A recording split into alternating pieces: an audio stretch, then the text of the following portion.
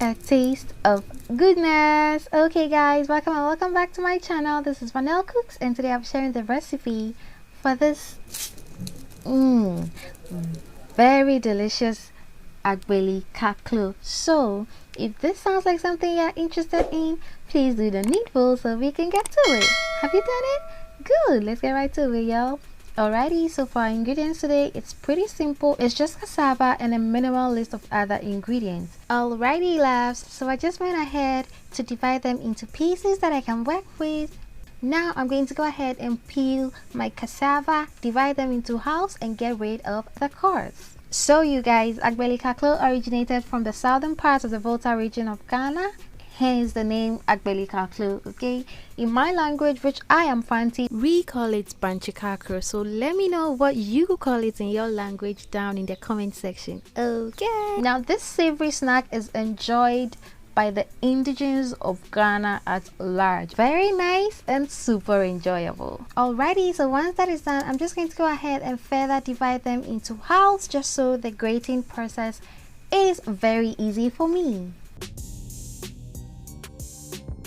Just like so.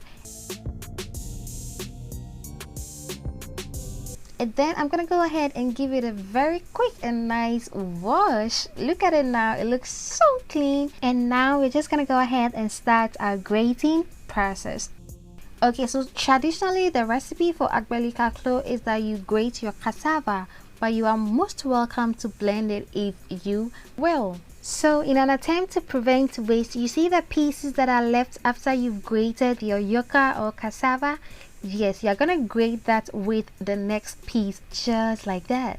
So you put the next piece on there and then grate it with your new addition, and then at the end of the day you're just going to have one piece that is wasted. Okay, because we don't want to grate our fingers, y'all.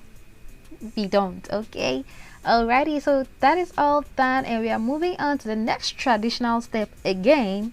Yes, so we are lining our strainer with our kitchen napkin. You can use your cheesecloth, flour sackcloth, or whatever you have available. Get some of your grated cassava in there and then go ahead and wring it all out. Wring all the water from the cassava. That is how it is traditionally done if you don't have anything else to use. Okay, so go ahead and wring it all out, loosen it up a bit to make the wringing easier, just like that. Okay, yes, let's see what we have now.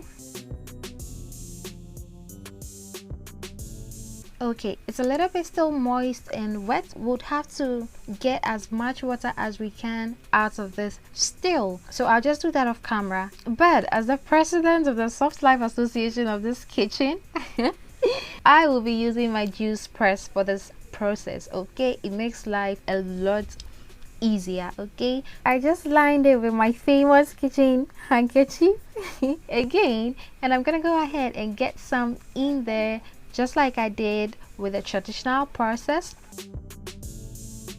Cover it up beautifully, just like so. And then you're gonna have to go ahead and press as hard as you can, and voila, the work is done. Okay, did you see how simple and easy that was? Yeah.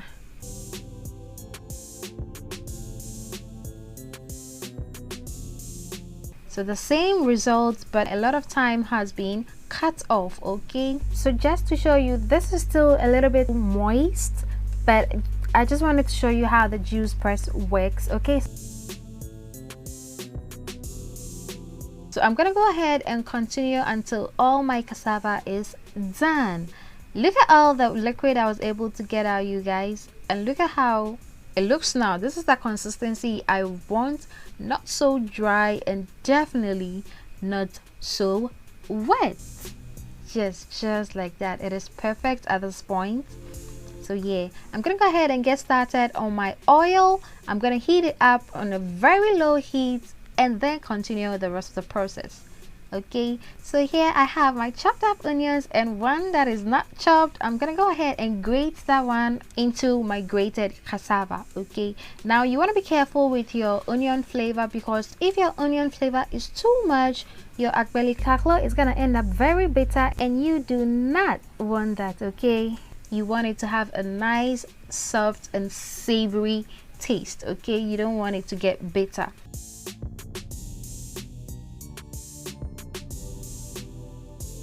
Now once that is done, I'm gonna go ahead and add a little bit of salt and mix it all up thoroughly until everything is well incorporated. Also be careful with your salt, okay? Just add them in bits so you can adjust if you need to. You can always add, but you can't take away, okay?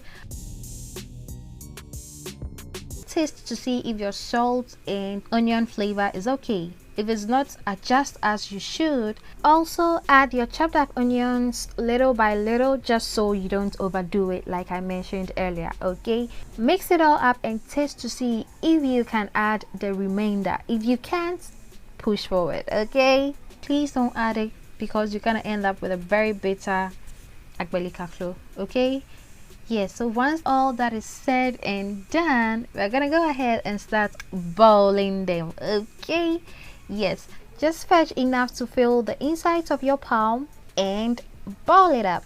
So once you're able to get enough to fill your palm, you have the right size of ball. Okay, but a little tip: do not press your balls too hard, because if you do so, then your Agbeli Kaklo is gonna be very hard after frying. Okay, you don't want it to be too hard, and you definitely don't want it to be too loose. You want to press it just right so you have some cracks on there, and that is gonna fry beautifully once it goes into the oil. Okay, time to fry, y'all. So we are gently gonna drop our Agbeli Kaklo into the oil just so we don't burn ourselves. Okay, so now the frying process is gonna be done on a medium to low heat, because if you do it on a low heat, it's gonna soak up all the oil, and if you do it on the high side, it's going to burn even before it's cooked. Okay, so you want it to be on a medium to low heat and allow it to cook beautifully. Toss and turn it around intermittently, just so you ensure the crunchiness all around. I'll be getting it onto a paper towel lined tray just to drain out excess oil. And just like that, food is ready. Look at that, guys. It looks good, it smells good, it tastes even better, you guys. I really enjoyed this one. It's traditionally enjoyed with some mature coconut, so that is exactly what I enjoyed it with. Now listen to this, y'all. Oh my goodness, did you hear that crunch, y'all? Did that sound crunchy enough for you? That was really crunchy and super soft on the inside. Thank you so much for cooking with me today. I really do hope you enjoyed yourself, because I sure did enjoy this recipe myself. Until I see you next time,